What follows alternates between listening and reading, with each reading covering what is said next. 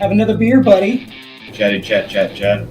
I think that they probably said that being shorter is advantageous. Well, they need to teach me then. There you go. So we had to poke a little fun at him. Call you Ginger Swag. Yeah. If you weren't bowlers, what would you have liked to have done instead? Anything else. Literally anything else. That's a great answer. The horse is so dead that it's on some kid's school project on a landfill already. And there you have that one before. No. We'll talk about that one more. Terrible idea.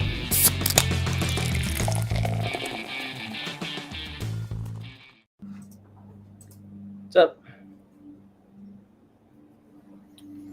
What up, what up? What's up? What up, what up, what up? Welcome back, Nico says. Thanks, man. We in here.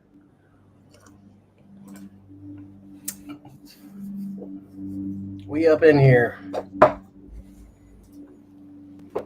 have a little fun this evening and talk about the most popular topic in bowling right now. Mm-hmm. The Urethane debate. Yep. And they put the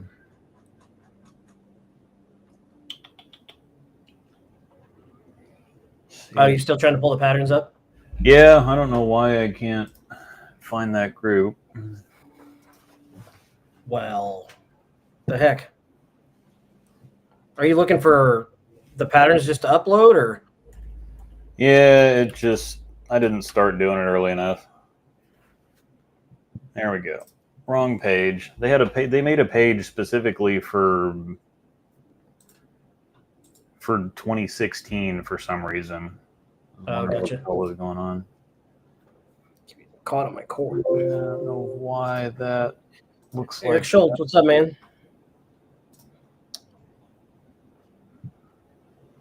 Can't believe they straight up published the results. I know. They did it right before we were getting ready to go on the air, too. So, did you see that, Luke, that they posted the results of the survey? Yeah. We can get into a little bit of that. Sorry, Luke's trying to upload the patterns from the Open Championship so that we can share those on the screen, even though we've all seen them. So, technology's not cooperating. No, I'm just I should have done this earlier. I just always run out of time. I'm just autopilot instead of paying attention to what I'm doing.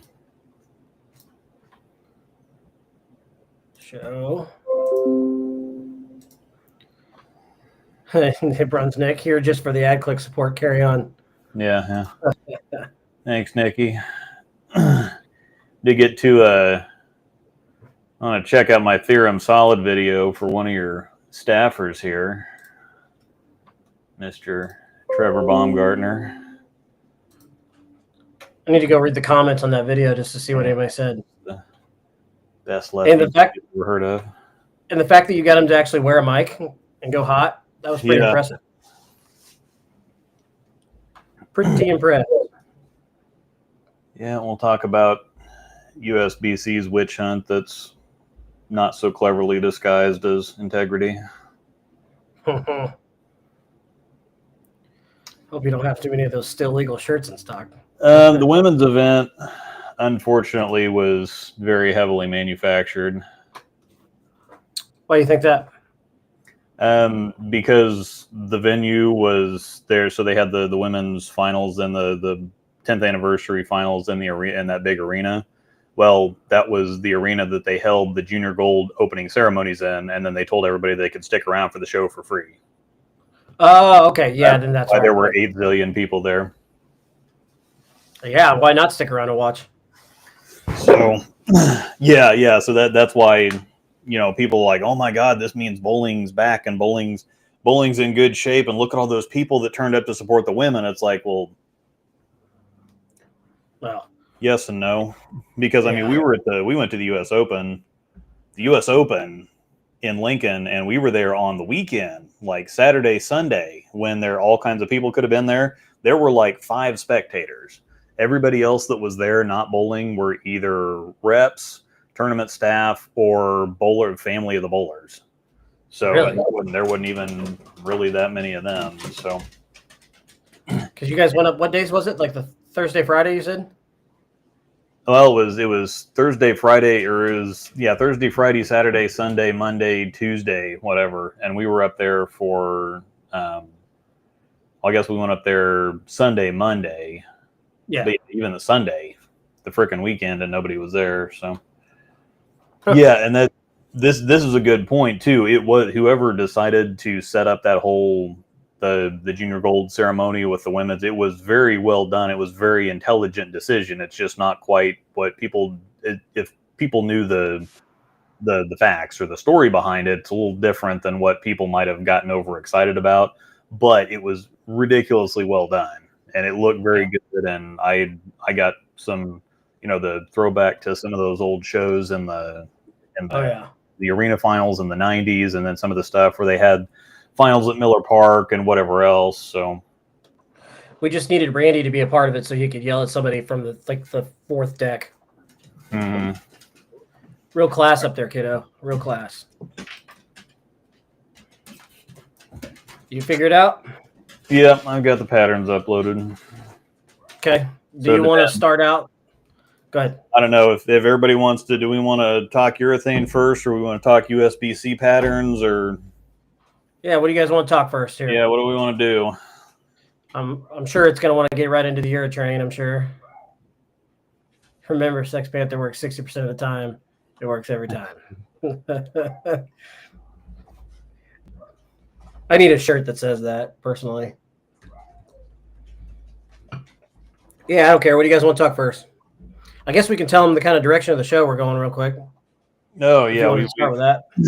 Yeah, we've kind of decided that we're not going to do like every 2 weeks, because especially during the summer when we have nothing to talk about, we just kind of show up and there's like 20 people here hanging out, and we don't really have anything to talk about because there's nothing going on, and we just kind of end up bullshitting for 2 hours. And so we're gonna back the show off to just, whenever there's something to talk about, or when PBA season starts again, or maybe when they decide what they're going to do about the urethane situation, which is pretty well exactly what I think everybody thought that was going to happen. But not yeah. Yet. But yeah, so go ahead. Yeah, we're just gonna kind of back it down to where it makes a little bit more sense. If there's nothing to talk about, we're not gonna have a show just to kind of, waste time. Or if it's something a little bit smaller, we'll get in the Facebook page a little bit more and put some discussions up there and talk to everybody there instead of doing this kind of stuff. Yeah. Yeah, we'll get pretty active on the Facebook page starting up here soon. We decided that's a direction we want to go to. So if you don't follow our Facebook page, it is the breakdown pair group. Just send a request in there and we can get you in there. But we'll be active by posting polls and doing some stuff in there and kind of doing some interaction with you guys as well. We just took a little break and it was kind of nice, to be honest. But we're back, and my vote is urethane. I'm ready to hear your thoughts on that. That's the big topic. So, and yeah, we can talk about. I haven't really followed much of the Lucy, but we can see what's going on there, because that's kind of in the middle of going right now. So no, it's over. Oh, it is? Okay. Yeah. Yep. I haven't seen any of the results from that, so I can pull it up. Spoiler alert. But yeah, I'll go on ahead and go through the USBC's post about doing something about urethane in the first place, because I think that there's a lot of people that are kind of confused, because it's not nearly as big of a deal in like regular league. It's annoying in league and tournaments and whatever when somebody's randomly throwing urethane, but it's not quite the same. It's not exactly what they're talking about. So I'll go ahead and pull up their post and read it, and we'll go down through it and break down exactly all the ridiculous nonsense. Vi and Cote won the Lucy, by the way. Okay. Yeah, it's a good place to start, and just reading the nonsense and then go from there. And really, I really want to hear your thoughts on what you think of, like, why is this even happening? And what are we, why now? You know what I mean? There's been gripes and complaints about it for years now. I don't understand why now all of a sudden they're going to do something about it. Apparently, Not that I'm against it. So yeah. So the thing, I guess, behind this was that there was apparently, I'm not saying that there was, because I had a lot of good good comments and feedback and some discussions. And I made a video about this about a week ago, and I had a lot of good discussion, but I still had some idiots that didn't watch the video, that didn't pay any attention to what was going on, that thought that I was putting these things out there. It's like, no, this is what USBC said. I'm just explaining what's going on to everybody else. These are the arguments around this. These are not my arguments. These are the arguments around the points that they were making. And some people are still too stupid to read or listen to a video. So that was a little frustrating, but we're just going to talk about their post, the talking points around the post, and then we'll kind of break it down there. So their statement here was that they conducted research and engaged a third-party working group of technical experts and key stakeholders and held a formal comment period with bowling ball manufacturers. I'd be interested if Nick could put anything he can talk about in here, if he's still here, about the formal comment period with bowling ball manufacturers, because everything USBC does seems like it's manufactured, so I can't ever trust that anything actually went on or that it was legitimate. To address concerns about urethane bowling balls and their impact on competition, USBC's concerns are: number one, lane pattern integrity. Urethane balls can alter lane patterns more quickly, disrupting the intended lane play design and creating imbalances between different styles of players. Competitive fairness. When urethane and reactive equipment are both used in the same competitive environment, it causes competitive imbalances between different styles of bowlers. Player development concerns. Increasing reliance on urethane may reduce player versatility and hinder long-term skill development, particularly among younger and developing athletes. Governance and integrity challenges. Urethane balls can measure softer over time, making it difficult to distinguish between natural aging and tampering. These issues have contributed to protests and confusion at events, creating enforcement challenges and questions around competitive integrity. And then some blah blah about continuing to evaluate the matter. Apparently, what prompted this, what I'm hearing, is that there was a lot of cheating at Junior Gold this year, because there were a lot of parents who were looking at other kids' purple hammers and whatnot, doing all kinds of things that their own kids' purple hammers weren't doing. And they started talking around and whatever else, and found out allegedly, stick with me here,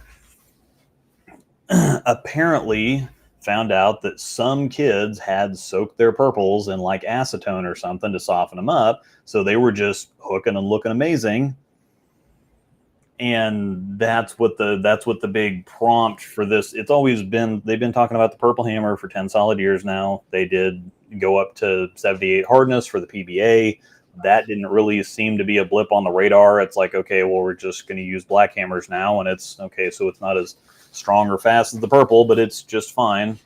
And so it didn't really change urethane usage. It just, whenever people were going to use urethane, they just used different urethane. So it didn't really, and it seemed like it was just as effective. So it didn't really seem to change anything. But the problem is that my problem with it is if it was a matter of cheating or this whole governance and integrity challenges, measuring softer over time and cheating, tampering, whatever else, then just say that. Don't say all this other crap, which can just as easily apply to reactive balls too.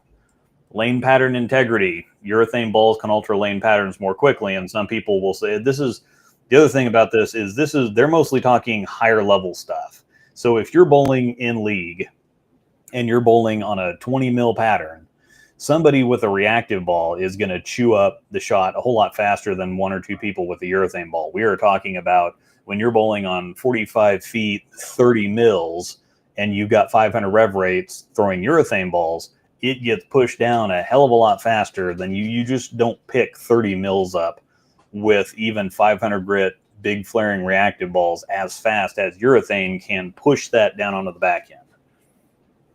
But just if we're talking about disrupting the intended lane pattern design and creating imbalances between different styles of players, when you go to nationals as a righty, what do you do on the team pattern? Right. You chalk a bunch of stuff up and you burn up the 5 board to disrupt the intended lane pattern design. Correct. I mean, yeah, I mean, you do it to give yourself balance. Yes. Right? So yes. So if we're talking about disrupting the intended lane pattern design, reactive balls do that too. You chalk them up, and then it says, creating imbalances between different styles of players. That can either mean high rev and low rev, or left and right. Because obviously, if you've got 9 righties on a pair that are using 500 grit, 8-inch flaring bowling balls, that side of the lane is going to change inside of a game, and then the left side's never really going to develop. I mean, 30 mils, I don't care what kind of surface you've got on something, you're just not blowing through that by yourself. So that's interesting, though. I did not know that that's what prompted this.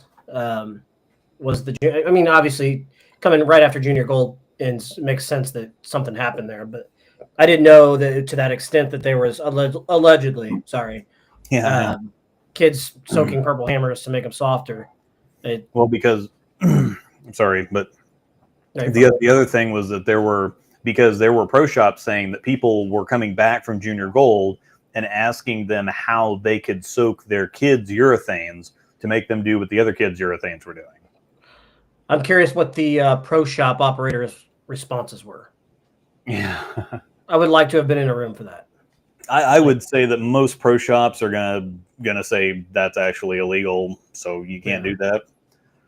So if this was going on, and do we know if any of these parents actually took it to the USBC and said, "Hey, just come put eyes on this kid's purple hammer and watch what it's doing, and then watch this purple hammer and watch what it's doing," and then they didn't do anything? Like, I don't think that there were a whole lot of, that with kids organized sports, the parents don't really know a whole lot of anything. They're just some of the bigger idiots out there. So I would think a very, very small percentage of, and if you're a Junior Gold parent, I didn't just call you an idiot. I'm just saying you know exactly, if you're a Junior Gold parent, you know exactly what I'm talking about. But I don't think, I would think that the vast majority of them probably didn't have any idea what was going on until after the fact. So all they knew was just, this one kid's, must have had some special sauce on that ball because it was doing all the things.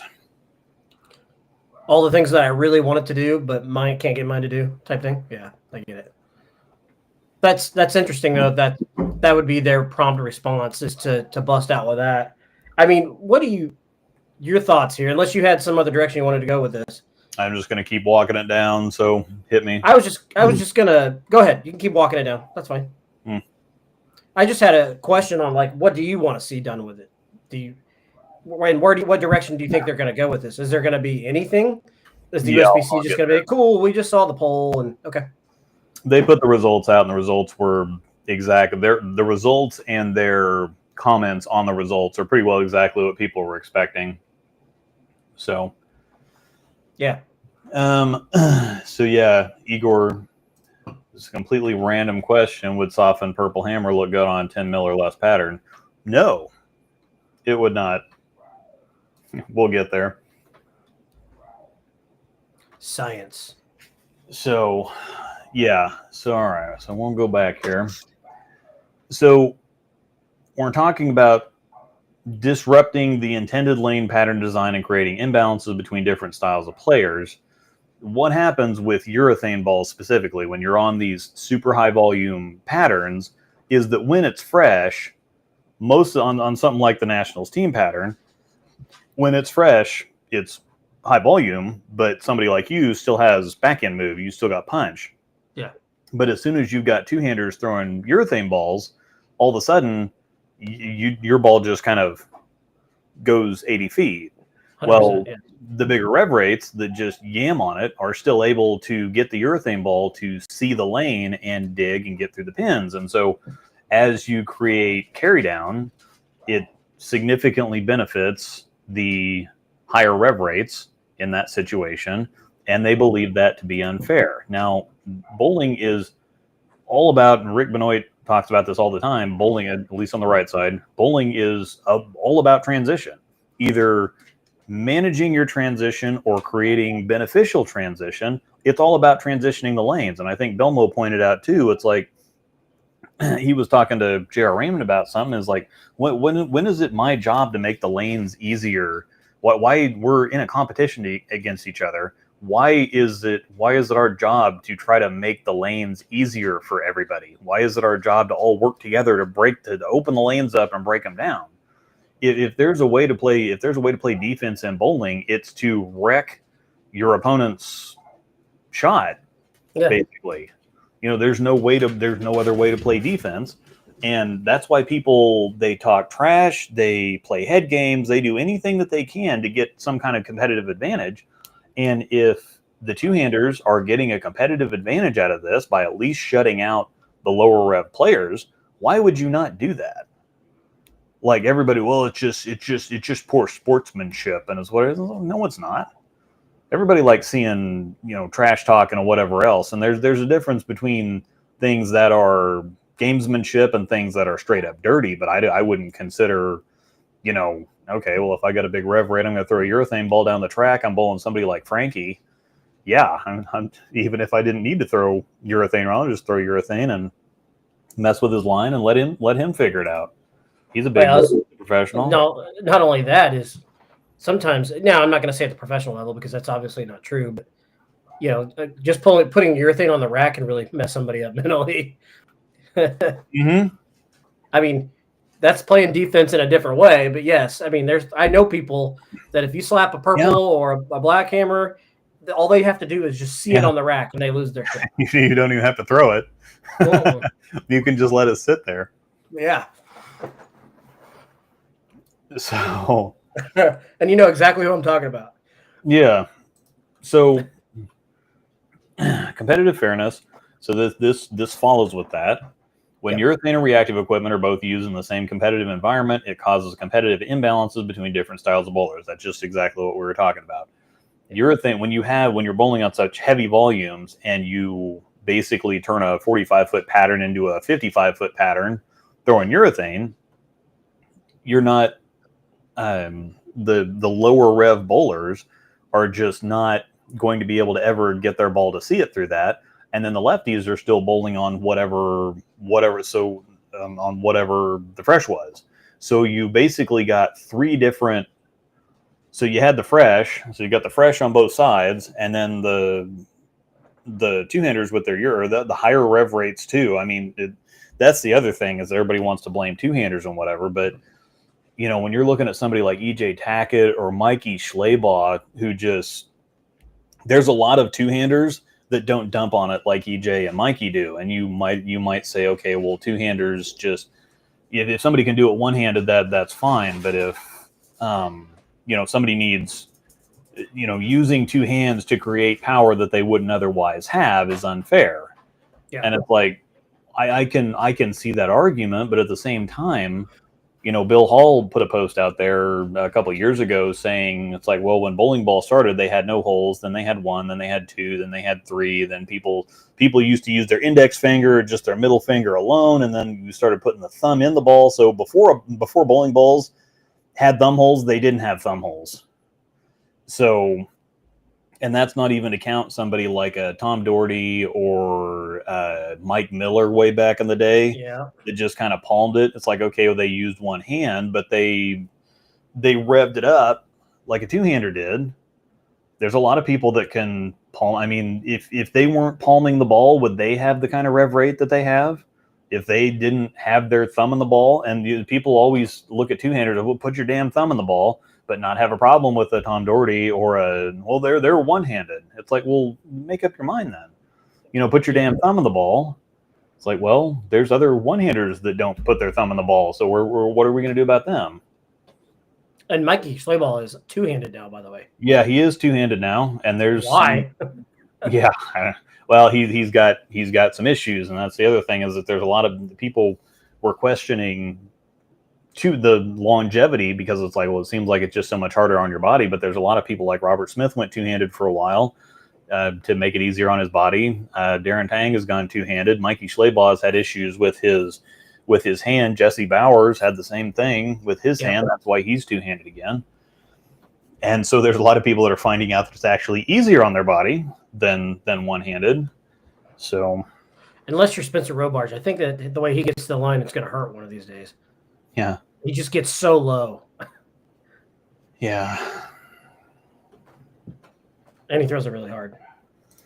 Yeah. So player development concerns. Increasing reliance on urethane may reduce player versatility and hinder long-term skill development, particularly among younger and developing athletes. This is where it starts to concern me because they are the governing sport of bowling. They are supposed to make sure that there are rules in place that people can't get around or cheat or skim or whatever else. This is strategy. Why do they care about player development? Why do they care how somebody plays the game? I mean, there have been very extremely one-dimensional professional bowlers, and they never cared about their player development. Like, where were they when Liz Johnson was learning how to bowl? Or where were they when, anybody else, Earl Anthony, he just kind of plopped it down the side. And granted, these, Liz Johnson can move around. And, people think that Norm Duke just put it down the side too. He could move around. He could hook the entire lane.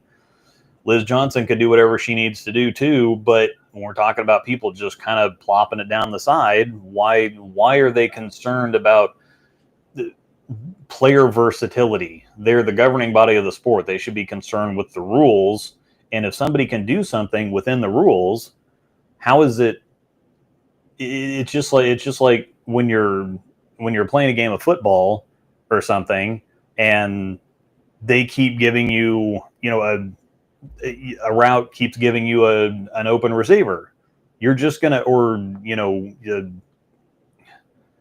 one of the safeties is hurt or something. It's like you go after them. If they can't keep up with your receiver, you do that all freaking day long. And if they can't put a pattern out there that a purple hammer can't destroy, why would you not, especially as a two-hander or a higher rev rate, just go to the well over and over and over again? It's like, okay, well, I have something here.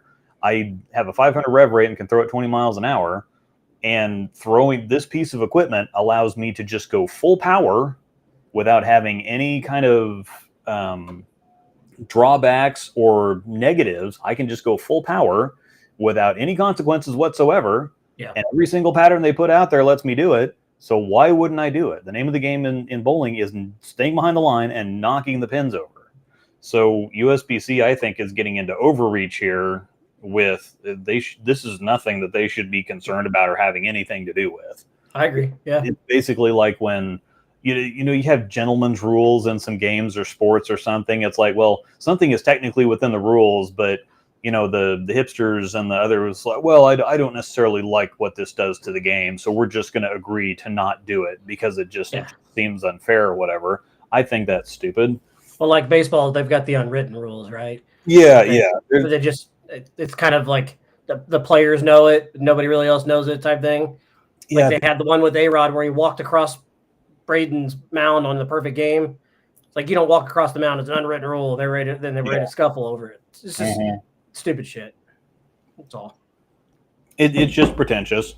Yeah, it is. And again, if you can't design a pattern, if everything that they're putting out there, two-handers can just use urethane. I'll just use urethane.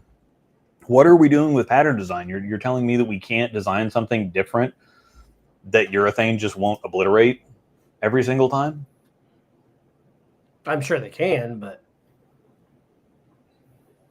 I don't think it matters. I think it's going to get thrown anyway, no matter what. But yeah, you can adjust urethane carry down if you have less than a 450 rev rate. Yeah, it does. It makes it tough. That's exactly what they're talking about. I mean, which I don't disagree with, but they're the ones that let it happen. It's perfectly within the rules. And so this is the thing. This is why I go back and forth on something like this, because yes, you can adjust to urethane carrier. That's exactly what they're talking about in the concerns. But again, they're the ones that let it happen. I mean, that's why we're where we're at right now, is because ABC 40 years ago didn't do anything with regulating bowling ball technology, oil technology, whatever else. There was a something else that's really interesting. Let me go to Jerry Kessler. While you're looking for that, it is very hard to adjust to urethane carry down if you're less than 450. 100%. I'm one of those guys. Yeah. That's absolutely just a thing. And some people, well, you just need to learn how to adjust. It's like, well, it doesn't work like that. It just doesn't. No, because I can't get it to power through it some of the times. Now, I mean? Yeah, I mean, whether or not that should matter, though, that is right. This is actually a thing, but should it matter? I mean, not everybody can hit the ball like Bryson DeChambeau either. No. So should we just cap him? It's like, okay, well, you have a max of 300 yards. If you hit it over 300 yards, we're going to bring your ball back to 300 because it's unfair that you can hit it further. Yeah. That's one of those kind of things. So this is another interesting thing that I'm going to pop up here. The JK, Jerry Kessler, put some interesting facts up about oils and how they have changed. So what we're looking at is lane conditioners on the screen. Let me take this comment off. So his caption here says, urethane changes lanes way too fast. There's no way to adjust to strike after the lane is wet on the back, which is exactly what we're talking about. If you're bowling on 30 mils and you get some urethane carry down, the lower rev rates are just never going to get their balls to see it. It's actually a thing. So for those that say that urethane was used in the past, this is correct. However, the oil used at the time evaporated. Today, the oils are all 100% solids. Until modern stripping machines were used, the oil needed to evaporate. I've attached a chart. The oils used at the bottom of the chart were 501, 511, and 8001. So if you look at this you can see that says percent solids, percent evaporation, whatever else. The older oils actually says surface tension, viscosity. The viscosity was a whole lot lower. The surface tension was lower. The percent solids was lower. And the oil actually evaporated off of the lane. It says now, while carry down existed, it's not like the carry down of modern times. And it evaporated. Today, we typically use 22 to 30 mils of oil per lane. When urethane was used by all bowlers, we used 6 mil per lane, and it evaporated. So not only the urethane today is not the same as urethane back then, and neither are the oils either. The oils are significantly thicker. They're significantly heavier. They have to be stripped back off the lane. So this is a very different thing with the oil that we have now. So it's not like, oh, we're using 40-year-old technology. Well, not exactly. And the oil is, I mean, that's not exactly that either. So that's a problem. So go back to USBC's statement here. So now the integrity challenges, like somebody else, let me scroll back up. Somebody had a good point here. There's a specification for hardness. If that can't be enforced, then don't have the specification. Otherwise, just enforce the rules. The tough thing is they say that urethane softens over time. I don't know whether or not that is true. The PBA seems to think it is, because they changed the specification. The only reason they went up to 78, not so that everything had to be above 78. They just meant that everything had to be manufactured over 78 so that it wouldn't fall under 73. 73 is still the floor, and they figured that 78, if you manufacture it at 78, all their testing shows that it just doesn't, unless you chemically soften it, it just is not going to get any softer than that. If you manufacture it at 73 or 74, they were finding stuff at 67, 68, whatever else. So that way, if they tested something and it was under 73, then they would know that it had been tampered with. The other problem is here that durometer testing isn't very accurate. It's got Riggles posted something on his when we were talking about this whole thing 2 years ago when they went to the 78 thing. Yeah. Between standardized testing labs, so we're not talking about somebody setting up a durometer in the paddock at a bowling center at a tournament behind a screen, punching something to see what it is. In standardized, you can have it calibrated in standardized, climate controlled, whatever else testing labs, and you can get the standard deviation for that test is plus or minus 2. So basically, if you test, if you have a ball that's a 73 hardness and you send it around to all these accredited labs where everything's being done the same way, same equipment, it's all calibrated, whatever else, they have found that the possible variance on that same piece of material could be as much as 2 points higher or 2 points lower. So if you have a bowling ball that's 73 hardness, it can legally measure that same ball on legal machines that meet specifications, that are calibrated, that everything's good on. It can measure as high as 75 or it can measure as low as 71. So that's the problem with doing these things on site, where somebody's setting up something on site and calibrating it and testing on site. You could have a ball that is 73.5, and at one tournament it could test 75 up to 70. It doesn't necessarily mean it will. It just means that it's possible to go up to this measurement. You could have it test as high as 75.5 and test as low as 71.5 and still be considered a valid test result that would be 73.5. But they're not taking into account the variance at all. If they test something in a tournament at 72.7, whether it's actually 72.7 or it's just 72.7 on that particular piece of equipment at that tournament, you can't use it. It's illegal, or if you get caught trying to use a soft bowling ball, then you could be subject to punishments, even if you show up to the next tournament at 74.1. So that's one of the problems that I have with that, and that's why I would be okay with a ban, because they're not handling it right. The checks on site, it's too big of a variance in the test. And I'd done lab testing I used to work in a federally funded lab doing lab testing, specific concrete research, so I know a lot about hardness. If they're going to do a ban, do you think this gets to an additional level? I don't think. See, the problem with a full ban is that USBC hasn't been in the business of affecting the regular members too much. If you tell like the pros, Junior Gold, and the PWBA, they don't use urethane anyway, Masters, US Open Championships, whatever else, then you have a bunch of people that just don't use that equipment. Or in the case of the Open Championships, you have regular bowlers that just don't use that piece of equipment for one tournament a year. However, if you ban it for leagues, then you have people that have spent hundreds or even thousands of dollars on this equipment that they all of a sudden can't use anymore. That's a problem. Staffers just punch holes in stuff and they don't pay for it or don't pay much for it. And so it's just like, okay, we can't use these anymore, big whoop. But when you start messing with the regular members, that's why when the storm balls were soft banned a couple of years ago, they just took it out for the PBA. Didn't do anything with them because they didn't see a problem.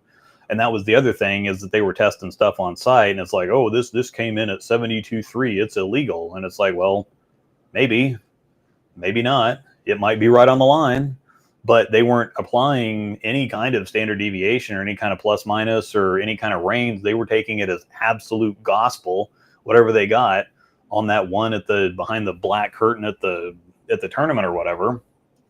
Which was Belmo's ball, wasn't it? Yeah. Yeah, that's what I thought. Yeah, I don't know. I really don't care what direction to go on it. I'm not a fan of urethane myself personally, and it's not just because of I don't like urethane. It's just I don't throw it that much. I can't tell you the last time I saw that. Can't tell you the last time I even threw one for an extended period of time. It very well would have been Swiss trios a couple of years ago. So it wouldn't be any feelings hurt here. You know what I mean?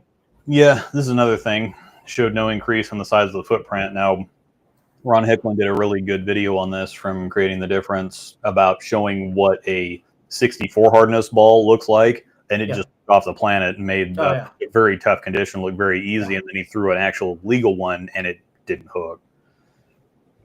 So, why are people worried about how much urethane hooks when everybody throws it? Because it hooks less than reactives. That's the whole thing, is that urethane allows power players to just go full power with no consequences, and it hooks early and then kind of walks into the pocket. And so all their fancy, heavy oil, difficult patterns, urethane is basically the easy button, and they don't like that. That's what the thing is. They think that it because it takes what's supposed to be a difficult pattern and makes it easy to just kind of rocket a urethane ball down the side. That's not their intent for the pattern, and so they think that means that urethane's unfair, is basically what it is. And yes, it is the most hooking ball in your bag. Yes, urethane hooks more than anything else, because hook and back end are not, they're opposite things. Like back end is the absence of hook, because the ball is not hooking for 40 feet until it finds friction, and then it's turning sideways. A ball that hooks a lot will hook early and then fade into the pocket. Well, urethane hooks earlier than anything else out there, so it actually hooks more. It doesn't back end, it doesn't shape more than anything else. But that is correct. What are you drinking? That looks like eggnog. It's one of the smoothie beers. Oh, I'm drinking this. I've never had it before. I can't decide if it's any good or not. I've been sitting here trying to figure out, like, first couple drinks of it, I was like, eh. No, this next one, the one after that wasn't bad, so we'll see. So now, and this has been a thing going all the way back to when urethane was the thing the first time. People would dunk the balls in MEK or acetone or whatever else to soften them up, because they do hook more. They're more consistent. They just hook early. And again, if you go watch that video from Hicklin, he's on a very, very incredibly difficult pattern. I think he's on red square even. Okay. And the softer purple just is free. He's got 3 or 4 boards because the ball just hooks early. It'll rip off the ditch, but it's still urethane, so it'll sit if he gets it in a little bit. But it just hooks, and then it kind of walks in. And so it makes a very difficult pattern extremely easy. So the thing there is that when you soften a urethane ball, it gets significantly better. If you soften reactive balls after they've been manufactured, they look terrible. Right. So this is the one point that they have where it's like, if something, because you can imagine this, it's like, well, you just need to enforce the rules. It's like, well, think about what that actually entails. They did used to test balls for hardness on site at tournaments, but just imagine you'd have to have more manpower, you'd have to have the machines, you'd have to have how much more it would cost just to check that stuff at the higher levels at the bigger tournaments or whatever. But just imagine then the problems at regular tournaments, regular sweepers or whatever else. I mean, if somebody's coming in and is winning money, it's basically like lying about handicap. It's like sandbagging or whatever else is the same type of deal. And regular tournament directors, there's no way that they're going to be able to swing that or check it or whatever. So that this is the one point that they have. I don't know about the getting softer over time thing, whatever. But people screwing with them is very real, because that happened 40, 50 years ago or whatever. And it can be done, and it is cheating, but how are you going to, there's just no realistic way to monitor or manage that.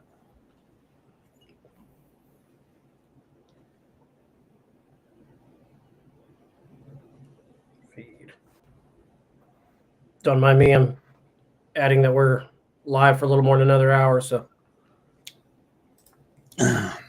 just sharing it here. Put Put enough surface on any ball and it'll hook earlier. The problem is that reactive balls will hook earlier, but they'll still shape.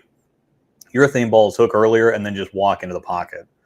Urethane balls will hook in a place where bowling balls are not supposed to hook in, and then they will just walk into the pocket. Where reactive balls, you put a whole bunch of surface on them, they're going to hook and they're just going to take off. There's no benefit to the additional hook when you chalk up a reactive ball. Sometimes there is a whole bunch of when you soften a urethane ball, there's a whole bunch of benefit to it. They're not necessarily talking about the nuts and bolts of it. They're talking about the overall the effect that it has. So again, we go back to this, and I've talked about it before, but we go back and we look at this. Lane pattern integrity. Urethane balls can alter lane patterns more quickly, disrupting the intended lane pattern design. So can reactive balls. You just chalk up. I mean, that's what they teach you to do at nationals. You chalk up a bunch of balls and you break the pattern down, which makes it easier. And it makes it easier. It may not change the pattern as fast and in the same way as urethane balls do. But when somebody, say you're at a sweeper and the righties have destroyed the right side of the lane and they're in playing fourth or fifth arrow, where does that leave you? Yeah. You know, Angel won't go bowl a whole lot of that stuff because she's like, well, once it gets into the 6th or 7th game, I can't get in and play fourth arrow with these guys because I can't get the ball. You got Dylan lofting to fifth arrow and whatever, and just getting his ball to go all the way out there and zip back. There's a lot of other people that can't do that. So once you destroy a lane with reactive balls, it's the same effect. Yeah, it is. Same. You can say reactive balls can alter lane patterns more quickly, disrupting the intended lane pattern design and creating imbalances between different styles of players.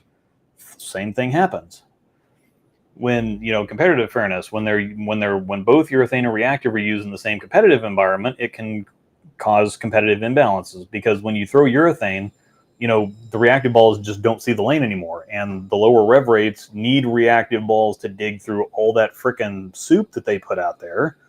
And so when urethane just creates a slick down the middle of the back end, well, because urethane balls hook super early, they're still going to get hooked. You're not going to get anything. It's just going to kind of sail.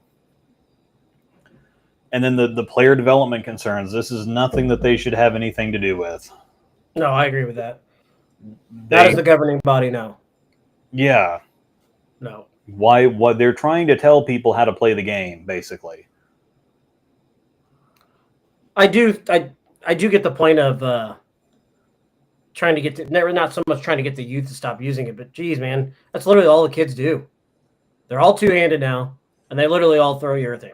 That's literally all they do. Yeah, I keep missing. I hope Brennan, I hope you're still here because he was talking about. He kept putting the comment in about what about the idea that it just makes it incredibly boring bowling for the viewers.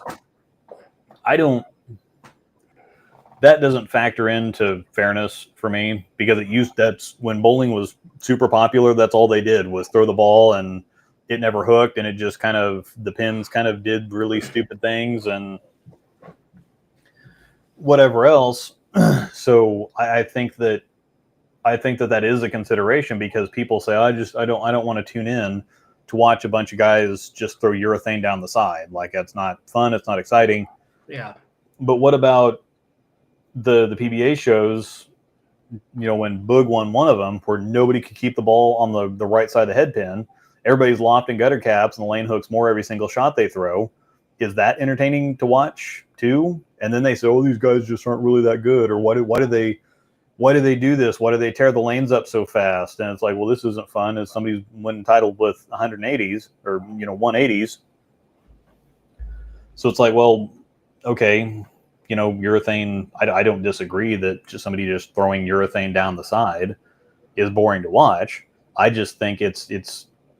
I don't want to see just a shit fest when people are lofting gutter caps and can't.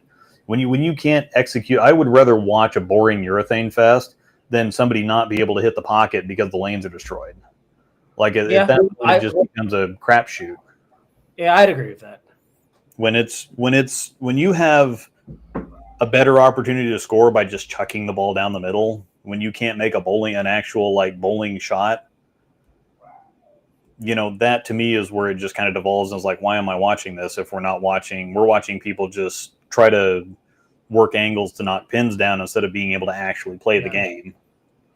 We've talked about that several times about the whole just throwing at the head pin type thing and making your spares. Yeah. Why haven't we ever done that? Because people just don't want to resort to it. Anytime the scoring pace is under 180 or you're concerned, you can always get to 180 plus, 180 to 200, throwing the ball straight at the head pin. Just make your spares. Yeah, because you're going to hit it. You're probably going to get some, I told the top 10 story the last time I bowled top 10. We had and Trevor actually withdrew because one of the approaches was just so slick nobody could stand up. This is the one at Gage, right? Yeah, this is the one at Gage. And Trevor went down the return capping like 2 or 3 times. And he's like, screw this, I'm done. I'm not going to hurt myself for a free tournament to get a certificate or something. No. And so what I ended up doing is I threw a normal shot on the other lane, but then I tiptoed up there and threw it just end over end at the 1-2 pocket. And I ended up shooting 230 that game. So it's like, it's one of those things where it's like, I did just going ahead and it's like, I'm going to kill myself if I walk up there and try to throw a real shot. So this is better than the alternative. And again, it wasn't anything that there was anything on the line for. So I'm like, okay, well, I'm just going to do this. I think I shot like 180 the first game too. So I'm like, oh, screw it. I'll just make it through the day. And when throwing a ball straight at the head pin is better than the alternative, that's stupid. Yeah, and I've been in part of many tournaments where scoring pace is like that. And it's just, like I said, we've talked about it many times, but I've never resorted to it when in reality, I probably should have. Mm-hmm. But carry on. Are you still going through the checklist of the urethane? I'm probably about ready to move on, but okay. You could say all this stuff about reactive balls too. I think the big thing is that they say that the younger bowlers don't know how to bowl because they can just, so it's like, well, they just throw a purple hammer and it covers up all their mistakes. And so when you actually have to make them bowl, they don't know how to actually bowl. They know how to rev a purple hammer up right up second arrow, but they don't actually know how to bowl. Yeah. It's like, well, reactive balls, people don't have to know how to bowl to throw reactive balls either. Everybody's been complaining about the scoring boom for everybody shooting 300s and 800s that have no business doing it. So urethane, so we're concerned about player versatility and skill development when it comes to urethane balls. We just don't care that people can throw reactive balls that do all the work for them.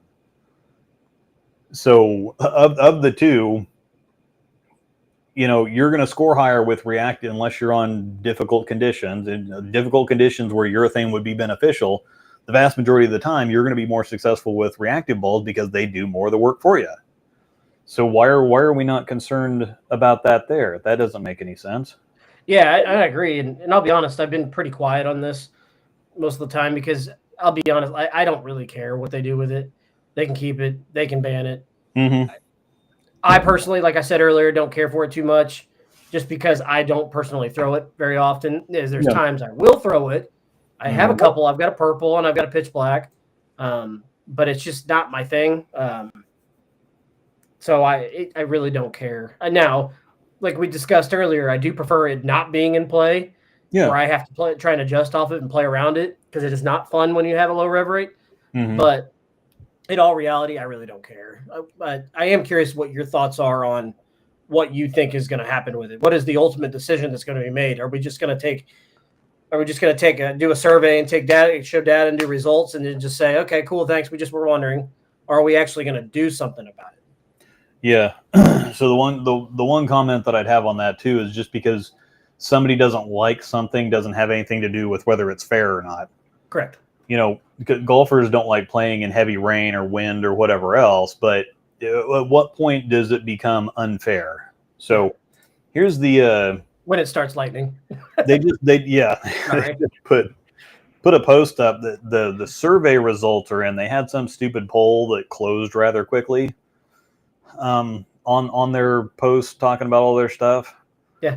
says the key. So, and this is, keep in mind that USBC does a poll for nationals every year. They do. To judge player satisfaction or whatever, and then they always skew the results in their favor. So that you can tell just by the questions they're asking, that you're being guided into a certain set of responses. It's not asking you what you actually think. They're not giving you options to, really complain about it. They already have they already have answers in mind that they want. And so they'll skew it whatever way that they want to skew it. So it says that more than 20,000 members shared their feedback. 57% of respondents favored some form of change, including a full ban, tighter specs, or restrictions. 39% supported no changes. Feedback was consistent across both public and tournament groups. So here, let me see. Did I upload that? I didn't upload that yet. There's another one. Yeah, because they posted these results like right before we went on the air. Yeah. Ban the mini driver. So this shows the percentage of. I know that you can't really read that, but they broke it down by like youth, collegiate, PWBA, and PBA. And again, I know you can't really read that, but the responses were, I mean, you can tell just by the bars that the responses were fairly similar. So it says allow urethane. So the first category is allow urethane with tighter specifications, i.e.g. minimum 78 hardness. Ban urethane from all USBC certified competition, national, state, and local is the second one, which most people favored. Ban urethane from USBC national tournaments only, which would be nationals, masters, US Open, stuff like that. The next one, the number 4, is continue allowing urethane, no changes needed. The last one was this doesn't affect me. I'm not concerned about the topic. So nobody answered that on PWBA or PBA, the youth collegiate. Basically nobody. Yeah, Power BI specialist from Awful Chart Choices. Yeah, they're not good. So basically, people, a similar 21 to 30% of people allow urethane with tighter specifications. The biggest group from the PBA was allow it, but regulate it more. Yeah. The next closest group was ban urethane, period. And then the one after that was continue allowing urethane with no changes whatsoever. So they're all like completely, like the PBA was completely split across the board. You had some people, it's like, I don't give a shit, don't do anything to it. Some people said allow it, but with tighter specifications. And then some people said just ban it, period. PWBA was about the same split. More of them said ban urethane or continue allowing it, with still a sizable percentage saying allow it with tighter specifications. The youth collegiate said, yeah, just continue allowing it. But that's what I think that they're talking about when it comes to, the YouTube polls I saw were about 30% ban, 70% don't ban. So however accurate this actually is, I would think this should be this should be just, if they actually ask these questions. Some people said that the poll was very kind of bland and didn't really ask you specific questions like this. I didn't take the poll though. By the time I went to try to take it, it was already closed. Yeah, I didn't take it either. So yeah, I was going to look at it, but I just didn't get to it quick enough. I didn't know that they were just going to actually close it after they got the results that they wanted. So do you think they'll actually ban it or what? No, I think that what I thought that they were going to do in the first place was, I think that they'll land in the middle, which in the middle is restrict it. But here's the thing. If you just restrict it, if you just do the 78 hardness rule and try to manage it, then that's when you're going to have to start having, okay, they're going to bring durometers back out to nationals. So when you go to nationals, if they say, okay, well, urethane has to be to use it at junior gold or nationals, or the Masters, US Open, whatever else, they're going to have to, it's going to have to, you can use it, but it's got to meet the hardness specifications, and you're at the mercy of the on-site durometer, whether or not, can you imagine going to nationals and taking, if I go to nationals and take a bunch of stuff that I had tested here, it's like, okay, well, I get my own durometer and I test it. It's all legal. I get down to nationals and I've got 5 urethane balls, and all of a sudden it's like, oh, these are all too soft. That would be awful. Okay. Right. And that's that sucked. Okay. Thanks, Fire Team. Said, yeah, it was just a multiple choice question. Those were the answers. Where can I find those results? They were on the USBC, the Sport of Bowling USBC website. It was on their Facebook page. Facebook page, yeah. It's probably on the website also. Yeah, doesn't the link take you to the website? Yeah, let me actually, I can actually post that in the... How long do you have to soak a 78D to get it down to 65? Yeah. Asking for a friend is what I would say. Okay. I posted it in the chat, and it'll take you to the full whatever. Test results, yeah. I mean, I could see him banning it at a national level. That's what I would think. I think that it's probably they're going to land somewhere in the middle, because trying to police this is what the real problem is. Yeah. Because if they allow it, but whatever else, I think that they're just going to ban it.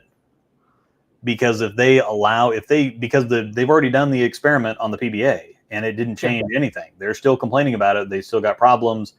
And the PBA went to the 78 hardness and it didn't change anything. And people still have problems.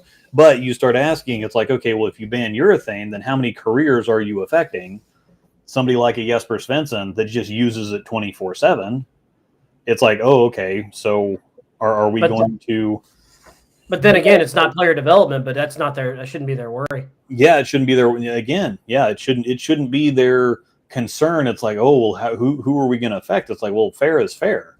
If you determine that it's not fair, then they have to adjust, or they're just going to suck.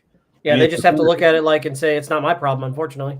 It's the same thing. Like after the PBA had all those like the 90s for the PBA was a frickin' score fest. Every single time you turned it on, if you were on TV in the 90s and you didn't shoot 250, you were losing the game. Yeah. Like how many of those shows were 279 to 278 or Bob Learn shooting 850 or whatever else? I mean, you had to shoot. The first guy that didn't get the kick on a 10-pin lost. That's just how it was. So then after that, they decided to start doing tougher conditions. Well, Parker Bone fell off the planet after they put tougher conditions in. He's a lefty. You have walled up conditions. Lefties are going to run that all freaking day long. But as soon as they made the patterns tougher, then all of a sudden it's like he just disappeared. Until he eventually figured it out and came back, but he just was not nearly as dominant, and that's just because the right side would break down and the left side didn't, and so they figured out some stuff there. But the only reason, pizza face, yeah. Who cares in the PBA? You're not out. That's exactly what Belmo said. You're not out there, and everybody's talking about, well, the urethane does this to the lanes. It's like, well, okay. Yeah. I mean, yeah, you're not out there to give the other guy a chance.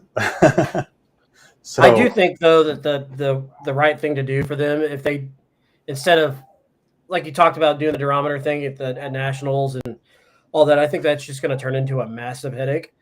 In that process, getting from check-in to the room is already a pain in the ass as it is.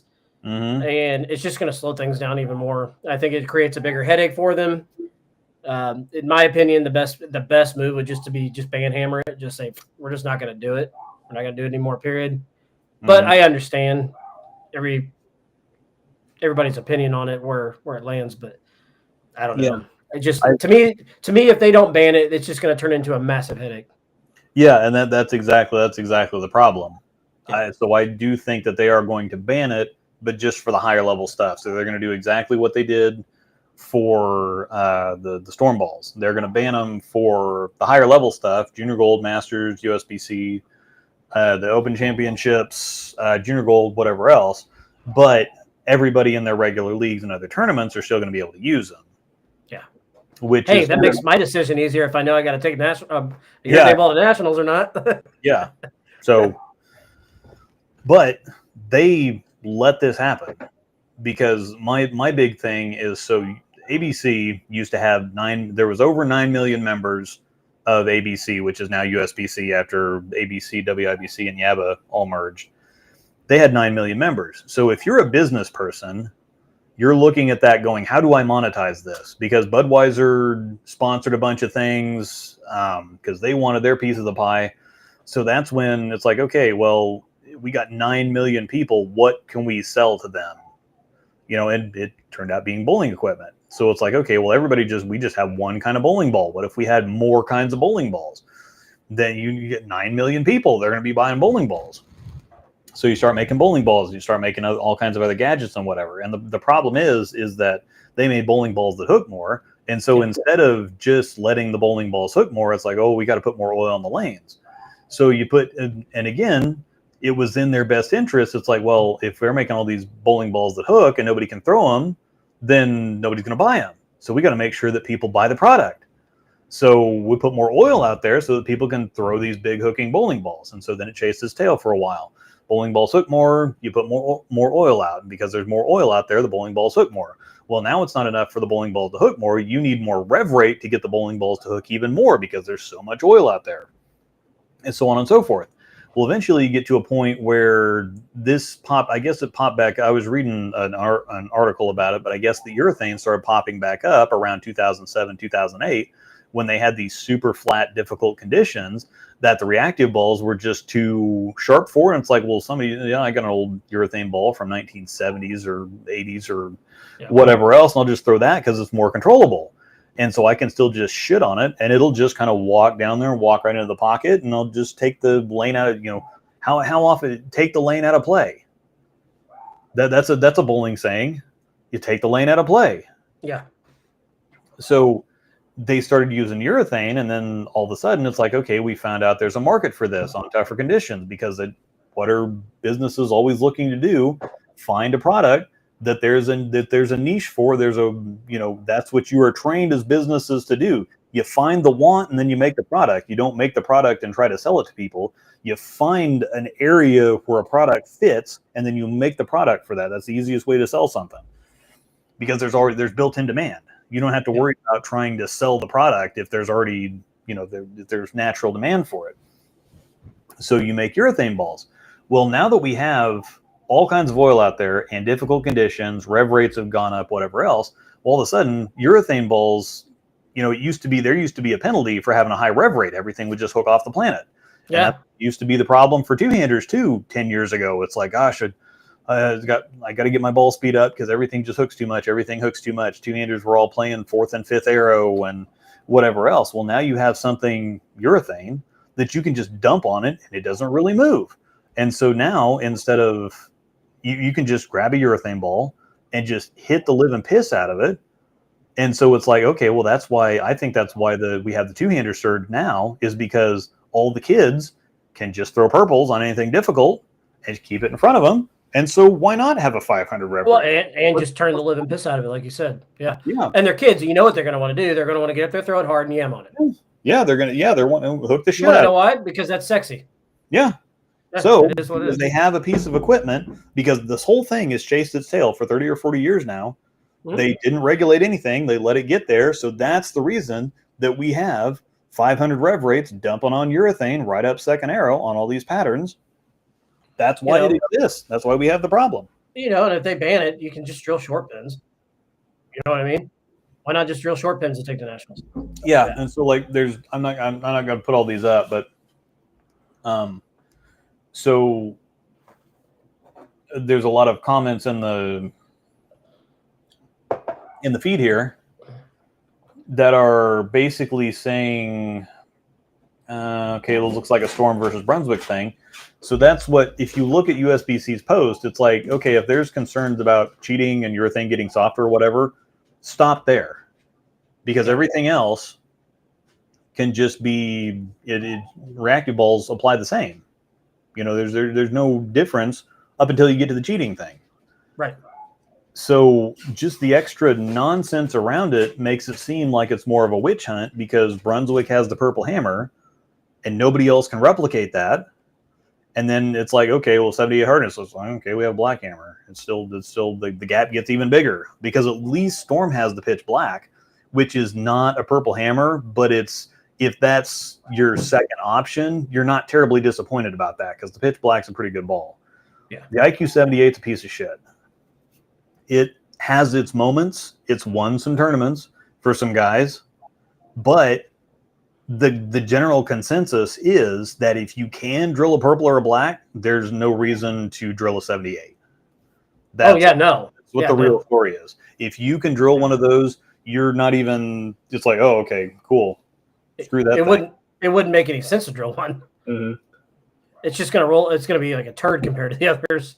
So the problem with their post is it makes it seem like it's a very thinly veiled witch hunt. The purple hammer's been a thorn in everybody's side for 10 years now. Storm can't make anything to compete with it.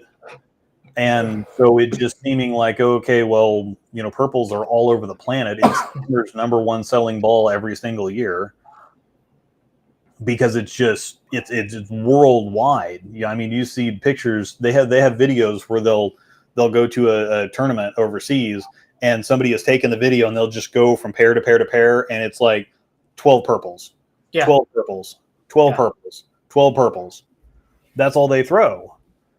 And so it's one of those things that it's like, I mean, it's the greatest bowling ball of all time. Yeah. Why doesn't Storm make a 260 urethane? Probably because it looked like dog shit. Yes. Because all the black hammer is the purple hammer, just harder. They didn't change anything. If they would have just done that with the pitch black, I think everybody would have been a whole lot happier. But I think it looked like dog shit, which is why they didn't do it. I think that they decided it's like, well, we're going to put a core in it, because if we just raise the hardness on this same ball, it's not going to hook. So we need something that's actually going to do something. So because their cover just isn't in purple or black territory, they had to try to make up with it they had to make up for it with the core, and that just didn't really work. Igor, yeah, international bowling's all purples. I love it. This ended up being really good, by the way. Oh, cool. I don't know where it came from, but it's freaking delicious. Stuff you need to try next time you're over here too. Trevor brought me a bottle back from his travels. Yeah. They had a travel edition Johnny Walker Black that is aged. It's a triple cask. It's aged in regular whiskey barrels, bourbon barrels, and then rum barrels or something like that. So it's aged in 3 different barrels, and it's really, really good. I'm going on a cruise in February or January, so I could bring some good stuff back. Yeah, buddy. I have to look for that stuff. I get to watch the Super Bowl in Florida. But yeah, what Joe said, thinly veiled witch hunt. They're tired of the purple and they want it gone, basically. And so I think that they were just fishing for, I don't even know why they did the survey, because if you're a governing body of the sport and you have to do what's fair, what do you care what people's opinions are? I mean, the USGA didn't give a shit about banning belly putters. No, they didn't. Look at the second comment there. Yeah. That's pretty good. Yeah. No, they didn't. They banned the belly putters quick. Yeah. And that's the thing. It's like USBC, it's like, why do they care what the membership thinks? Because why are you going to ask regular people about anything? Like, bowling people have some of the dumbest. I mean, why would you ask the bowling population anything? Yeah, that was a dumb thing to do. I mean, there's still people out there that think that pin down balls make it earlier. Yeah, I know. I think in all reality, what they really wanted to do is ban urethane completely, but really just kind of wanted to see what the public was going to see. Yeah, and instead of just blame it, this is what people wanted, so we did what people wanted. It's like that's not what you should be doing. You should make the decision that is best for the sport.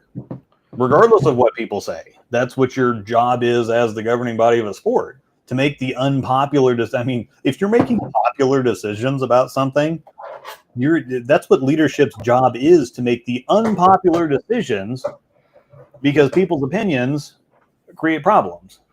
Oh yeah, that's why I was kind of surprised why we even put it out there in the first place. It's like, okay, you know, you want to ban it, just do it and get it over with. Yeah, I think they're afraid of the backlash they're going to get. I think that they are. I think that that's what's going to happen. They're just going to ban it for the higher level stuff, because trying to monitor it or enforce any kind of rules or anything, it's a lot of headache, it's a lot of expense, it's a lot of people mad, it's a lot of people traveling to tournaments with equipment only to find out they can't use it. It's major mega can of worms, a whole lot of extra expense, big problem. So the best decision is you either leave it alone or you ban it, and there's enough people that have a problem with it. I mean, if you go back and look at that, people either, 60 to 70% of everybody was in favor of either banning it completely, if you combine those two, banning it completely or having stricter specifications.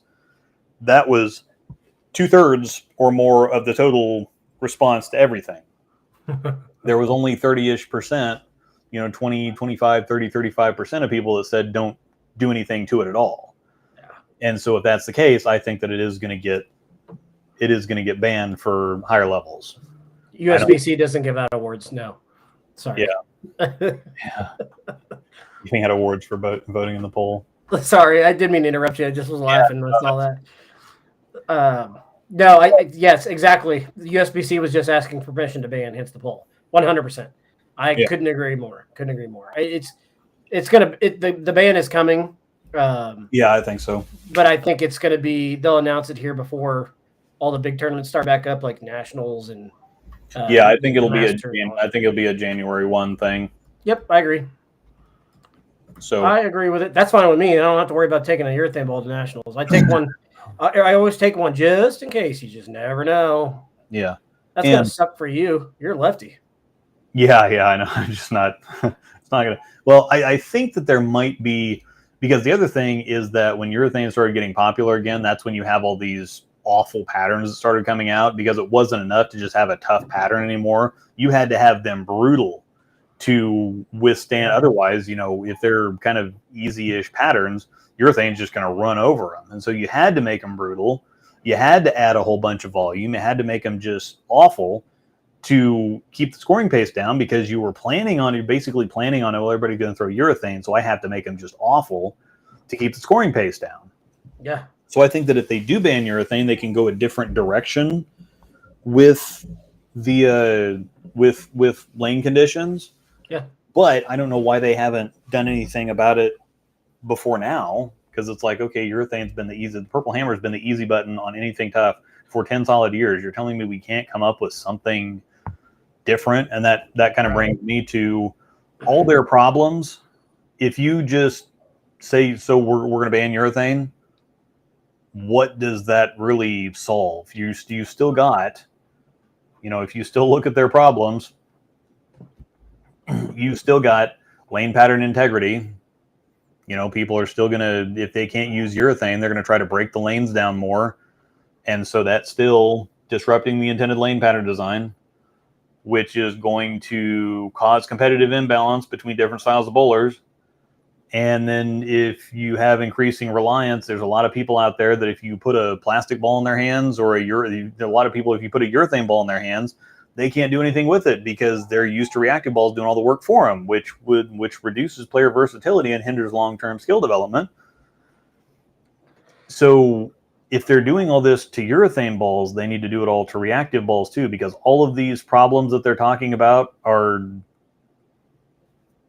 not any different when you're talking about reactive balls. Yeah. So I talked about it before, but I think that to solve all these problems, if we just go back to like 15 mil patterns, then all of a sudden you don't have to worry about any of this stuff. Well, that's a good way to lead us into the nationals patterns too. Yeah. Because the nationals patterns were a problem. Well, the singles and double, or the team event pattern was a problem. I didn't think the singles and doubles pattern was anything. I don't think it was as hard as some made it out to be. I think it was just played wrong by a lot of people. Yeah, well, what happened? Angel had to go to nationals for me, and she ended up on a pair with people that didn't really know. They didn't try to break the lanes down at all, and she had a freaking oil slick halfway through game one. I mean, just are you talking for singles and doubles? Yeah, they were singles and doubles. There's a puddle there. Yeah, the place that you could had to get the ball to wrinkle was literally standing on 5, laying it right up the gutter. Yeah, 15 mils feels pretty good with a plastic ball. Yeah. See, if you go back to 15 mils, then you don't have to worry about urethane because nobody's throwing 500 grit urethane on 15 mils. Yeah. I'm not throwing chalked up reactive balls, so that means that the pattern doesn't break down, which doesn't force players left because it's like, well, I'm not going to throw anything big because I hook off the planet, so I'm going to throw plastic right down the side. Well, if you're doing that, then the lanes don't really change because you're only on 15 mils. So you're throwing plastic down the side so you don't destroy the lanes for the straighter bowlers. The right side holds up more because nobody's trying to blow it up because there's not all that volume out there. So that means that the left to right balance, everybody's bowling on there's going to be there's always going to be something a little different, but it's not nearly going to be what it is. So that you don't have to worry about all this other stuff. Hey, I won a couple of those plastic ball only tournaments. Yeah. And McBride and them did put down like 15. I think I want to say it was probably around 15 mils. Yeah, that we actually had a tournament for our local association in 3-4 years ago. Plastic balls only, baby. Yeah, why is intentionally breaking down the pattern not considered cheating? It's only considered cheating with urethane, apparently. Yeah. So, I mean, I get the question, but yeah, it's. Yeah. Well, and that's the thing. It's like, well, it's within the rules to do it. They let you just take anything you want to 180 grit, and everything flares off the planet because we got all this. So I guess if you think about it in a golf way, it would make more sense because you can't. It's not like you can get out there and beat up the course and get it to roll the way you want it to, and do. You know what I mean?